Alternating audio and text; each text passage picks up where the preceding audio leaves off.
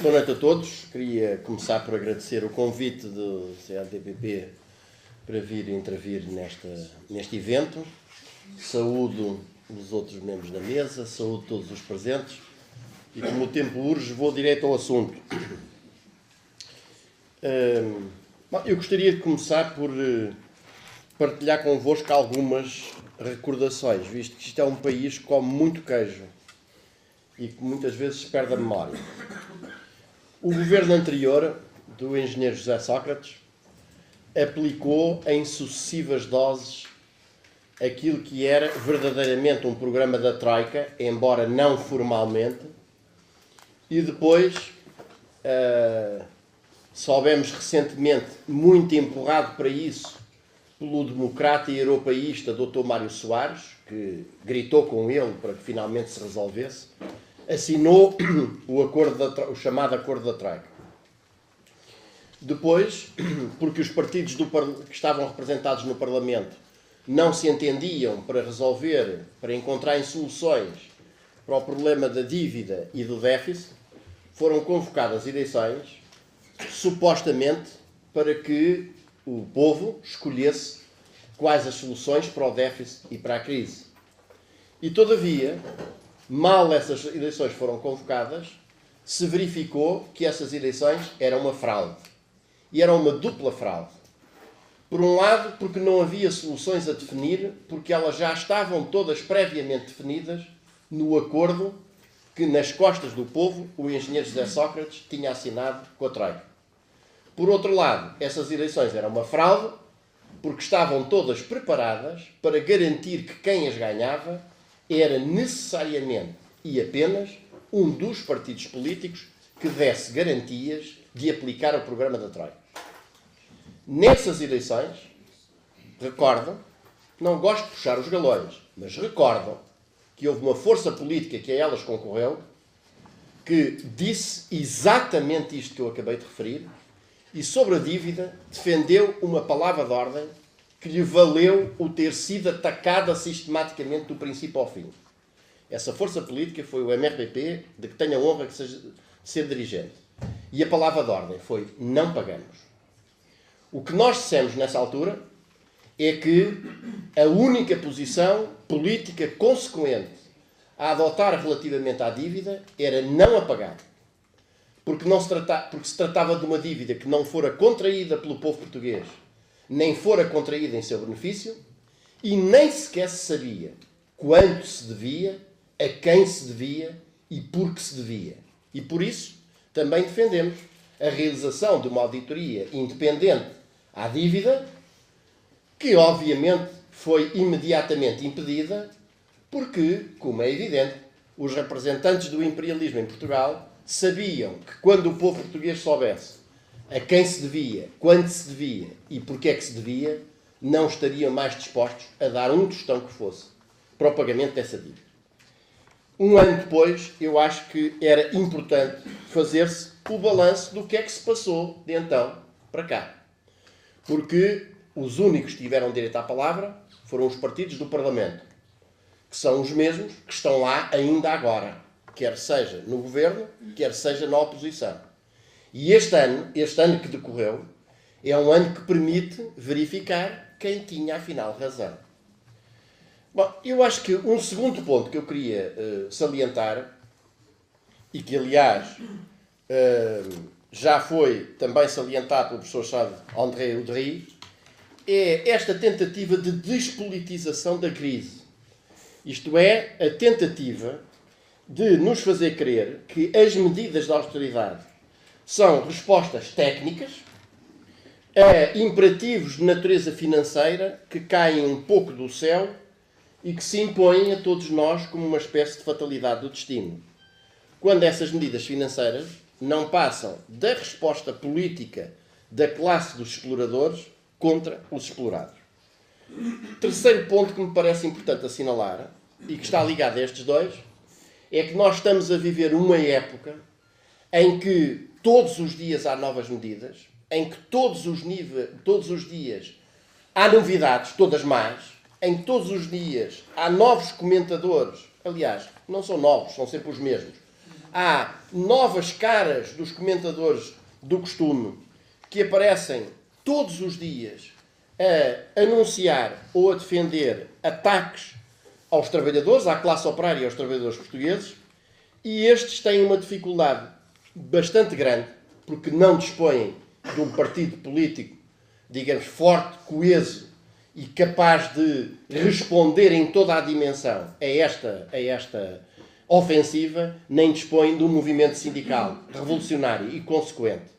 Mas isso, evidentemente, não iliba aqueles que se reclamam do ideário marxista-leninista de tomarem uma posição política e ideológica clara a propósito destas questões e definirem, seja lá qual for o mar que se levante, qual o caminho correto relativamente a esta questão. E eu acho que agora o primeiro ponto a chamar a atenção para isso é que a razão de ser da existência desta dívida soberana resulta, antes de mais, da atuação do imperialismo germânico. Recordo também que, pela minha boca e pela boca de outras pessoas, tivemos a oportunidade de dizer, muito antes de outros começarem a dizer, que a senhora Merkel estava a conseguir fazer, através da União Europeia e do euro, aquilo que o senhor Adolf Hitler não tinha conseguido fazer com as divisões Panzer. Mas, de facto,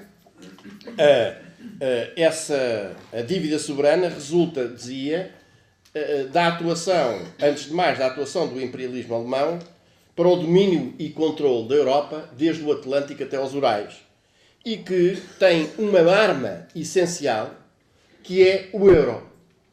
O euro nunca foi uma moeda comum de países parceiros e em pé de igualdade. O euro é o marco transvestido e que serviu, numa primeira fase, para liquidar as moedas mais fortes da Europa, o que conseguiu, com a única exceção da libra inglesa, que resistiu. Depois, com o euro e as chamadas políticas comuns, a política agrícola comum e as políticas industriais comuns, a Alemanha liquidou, uma a uma, a economia dos países europeus mais fracos, obviamente como Portugal, e desindustrializou praticamente toda a Europa, com exceção da própria Alemanha. Depois, quando o euro, evidentemente, deixou de poder contar nestes países com uma base económica mais ou menos sólida e forte, o que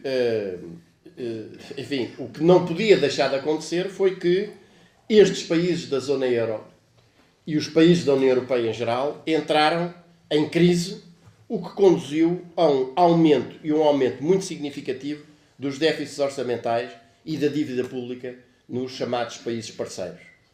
E assim que esta crise do euro, que é um passo da estratégia do imperialismo germânico para tomar conta da Europa, assim que a crise do euro, juntando-se então à chamada crise americana do subprime, começou a fazer implodir os países europeus mais fracos, como o nosso e outros, e cada vez mais dependentes dos bancos alemães, que são os principais credores dos países da zona euro, a Alemanha impôs a estes países, numa situação difícil, muito difícil, uma política orçamental, financeira e económica absolutamente suicidária e consistente na lógica da espiral a caminho do fundo da austeridade, recessão, mais austeridade, mais recessão, mais austeridade, mais recessão. E isto conduziu a que, no final do ano passado, a dívida pública soberana dos países da zona euro tivesse atingido e mesmo ultrapassado os 100% do PIB da mesma zona. O que significa, dito isto em breves palavras, que todos os países da zona euro, total ou parcialmente, a partir dos finais de 2011, passaram a trabalhar para a Alemanha. E o passo seguinte foi um passo que já começou a ser dado. O da imposição aos Estados da zona euro de um corte dramático na sua soberania, de que é exemplo o pacto assinado recentemente em Bruxelas e com o apoio quer dos partidos que formam o governo, quer do PS, que instituiu o chamado Tratado Orçamental da União Europeia, obrigando os países a aceitar uma política fiscal e orçamental imposta pelo imperialismo germânico, que só conduzirá ao agravamento ainda maior da recessão, da austeridade, da recessão nesses mesmos países. Portanto, no caso português, se isto é assim em termos gerais, como Portugal como um dos países, digamos, de economia mais fraca no quadro europeu, a verdadeira explosão do déficit orçamental da dívida soberana também teve, para além destes espaços da expansão hegemónica do imperialismo germânico, também contributos muito importantes decorrentes da nacionalização das falências dos bancos envolvidos em gestões tão ladronas quanto fraudulentas, como é o exemplo mais típico do BPN, e ainda os esquemas da habilidade fraudulenta como das parcerias público-privadas, que tanto o PS como o PSD e o CDS se empenharam em desenvolver e que consistem numa lógica: quando há lucro, o lucro é para o privado; quando há prejuízo, o prejuízo é para ser suportado pelos cidadãos trabalhadores. A dívida assim criada não foi constituída pelo povo português, nem foi constituída em seu benefício. E é, em absoluto, insuportável e insustentável face às taxas de juros exorbitantes fixadas pelos credores imperialistas. Só em 2011, Portugal teve que pagar mais de 6 mil milhões de euros de juros. A dívida é, pois, o instrumento pelo qual o imperialismo germânico, a banca alemã, explora e oprime o povo português, que, se aceita este jogo, ficará condenado a trabalhar até à eternidade para pagar os juros e tentar saldar uma dívida que não foi ele que contraiu e que todos os dias cresce exponencialmente. Por isso mesmo, em meu entender, só há uma posição consequente de defesa do povo português relativamente à dívida. Não é a reestruturação da dívida. Não é a renegociação da dívida. Não são as soluções do pagamento suave da dívida, que só significam ter mais do mesmo durante mais tempo. É repudiá-la. É não pagá-la. Porque de recessão em recessão, nenhum país nem ninguém conseguirá produzir riqueza que alguma vez possa pagar dívidas sempre em crescimento acelerado. E a realidade, e com isto termino, a realidade está aí para demonstrar. A aceitação da lógica da Troika, do plano da Troika, significará, no final, aquilo que nós já estamos a ver hoje. Isto é, o crescimento da dívida para níveis superiores ao período anterior à dita ajuda da Troika. A previsão neste momento é que, com toda a probabilidade, a dívida soberana não só não descerá nem em 2011, nem em 2012, nem em 2013, como em 2014 terá atingido 140% do PIB. A recessão, cujas previsões da Troika constituem um dos pressupostos das medidas adotadas no chamado Memorando de Entendimento.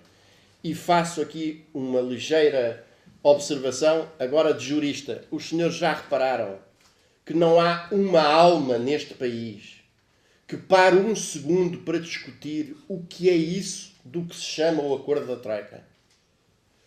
Que é uma coisa que não chega sequer a ser um tratado internacional, muito menos regularmente aprovado, ratificado e publicado, e que, mesmo que o fosse, seria, do ponto de vista das fontes de direito, hierarquicamente inferior à Constituição. E, no entanto, nós vivemos hoje uma época em que toda a gente está calada, a começar pelos constitucionalistas democratas, que de vez em quando aterravam aí, vindos de Marte, para perorar sobre algumas considerações democráticas. Nenhuma dessas almas se preocupa se querem levantar esta questão, mas, dizia eu, as previsões que estão por detrás das soluções e para que apontam o memorando da Troika era de que a recessão em Portugal seria de 2,8% do PIB E ela já, neste momento, é seguro que irá ultrapassar seguramente os 4%, se não mesmo os 5%. O desemprego atingirá níveis absolutamente brutais. Eu chamo a atenção que, uma vez mais, a previsão oficial da Troika era a de que, no ano de 2012, no final de 2012, o desemprego atingiria ao máximo de 13,4%. Já vai, neste momento, em 15%, e isso é a estatística oficial. Porque se nós soubermos ler bem as estatísticas, veremos que o número de desempregados ultrapassa neste momento 1.300.000 e, portanto, vai para cerca de 25% da população ativa. E não há nenhum país que aguente o que quer que seja com 25% da sua população ativa no desemprego. Um corte brutal nas remunerações de quem trabalha e nas pensões e demais prestações, sempre sob o argumento que ainda não chega e ainda é preciso cortar mais. Um empobrecimento drástico do povo português a níveis piores do que os piores tempos da governação socialista, da governação também socialista também, mas salazarista. E, finalmente, a venda completamente ao desbarato dos principais ativos do país. Aceitar pagar 1 cêntimo que seja da dívida significa pôr o joelho em terra neste processo de ruína do povo português e de venda do país ao estrangeiro. A única posição consequente é, afinal, aquela que desde há pelo menos um ano o PCTP-MRPP vem defendendo. Não pagamos. Muito obrigado.